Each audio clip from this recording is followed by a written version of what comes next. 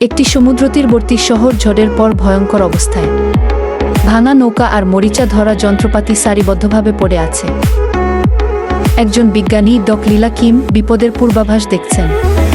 তিনি উদ্বিগ্নভাবে সহকর্মী এডেনকে বলছেন দ্রুত পদক্ষেপ নিতে। সরকারের বিরুদ্ধে প্রতিবাদে জমায়েত হয়েছে জনতা। তাদের দাবি শহরকে বাঁচাতে তাৎক্ষণিক ব্যবস্থা। একটি কর্পোরেট অফিসে নির্বাহী দল লীলার গবেষণাকে অবজ্ঞা করছে। তাদের নেতা ডেভিড রিচার্ডস বলছেন ঝড় তাদের জন্য লাভদায়ক। লীলা তার অ্যাপার্টমেন্টে তথ্য বিশ্লেষণ করছেন। এডেন জানাচ্ছেন কর্পোরেট ষড়যন্ত্রের কথা। ঝড় আগের ধারণার চেয়ে দ্রুত আসছে। লীলা ও এডেন জনগণকে সতর্ক করতে ছুটছেন।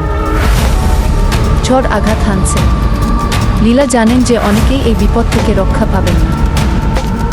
ঝড়ের পর শহর ধ্বংস হয়ে গেছে। লীলা বলছেন আমরা আবার ঘুরে দাঁড়াবো। সবার সহযোগিতায় পুনর্গঠন শুরু হয়।